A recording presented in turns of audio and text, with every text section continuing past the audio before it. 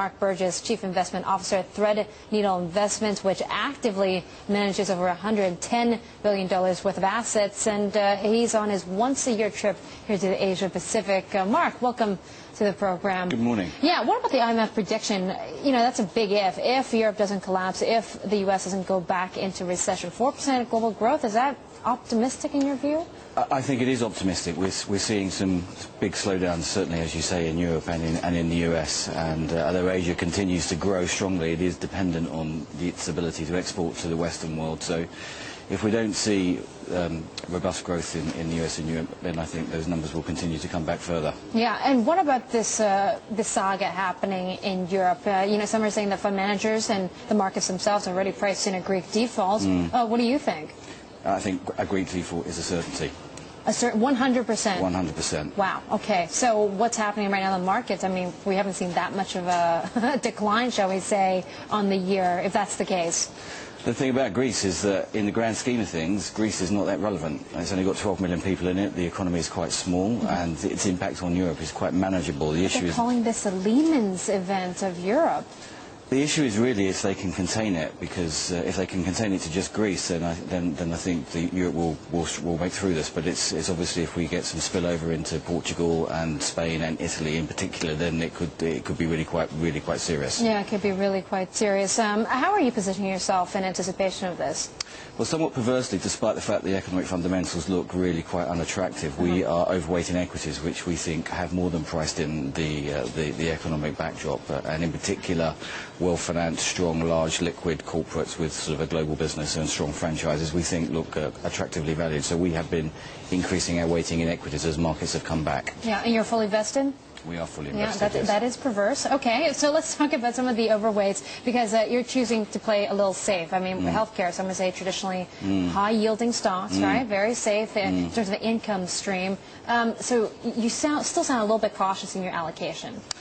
If one looks at something like Vodafone, which is a large global business, its PE is about 9 times, it yields nearly 6%, and I'm very confident that on a 10-year view, Vodafone will still be in the mobile phone business. And if I contrast that with lending, say, to the UK government for 10 years on a 2.5% yield, I would say that Vodafone looks a very attractive proposition. So it's sorts of companies like that with large global businesses, strong balance sheets, and liquid resources that we think look well placed. Okay, so the other sectors that you're overweight in, besides healthcare, software, which maybe Vodafone fits into, I don't know, autos, insurance, and industrials as well. Not insurance, but certainly industrials, companies with the ability. So if one looks at Europe, for example, and all the problems they have, one of the things that's been impacted is the currency, and some of the Northern European, in particular the German industrials, are benefiting from their ability to export as a result of the weak euro. So despite the problems in Europe, we think they look well placed. Okay, well, thanks for clearing that up. I guess these notes are wrong. But what about underweights? It says you're underweight utilities, which is pretty popular in uncertain times.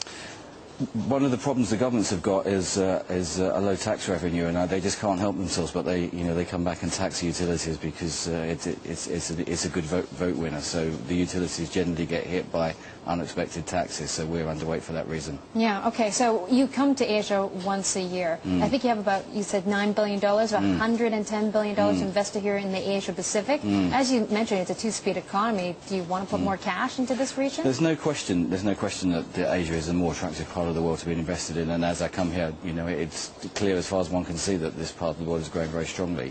So we are increasing our exposure to Asia, both in terms of debt and equities, and taking advantage of the valuations that we see here. Yeah, what markets look attractive to you here?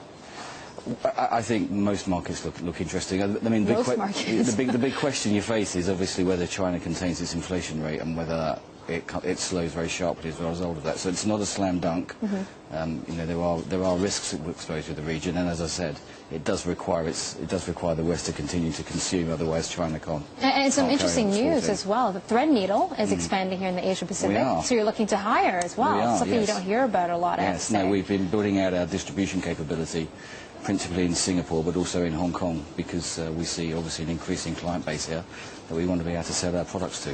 All right. Well, I hope to see you more often here in the Asia Pacific then. Thanks for dropping by, Mark. Mark Burgess, Chief Investment Officer at Threadneedle Investments.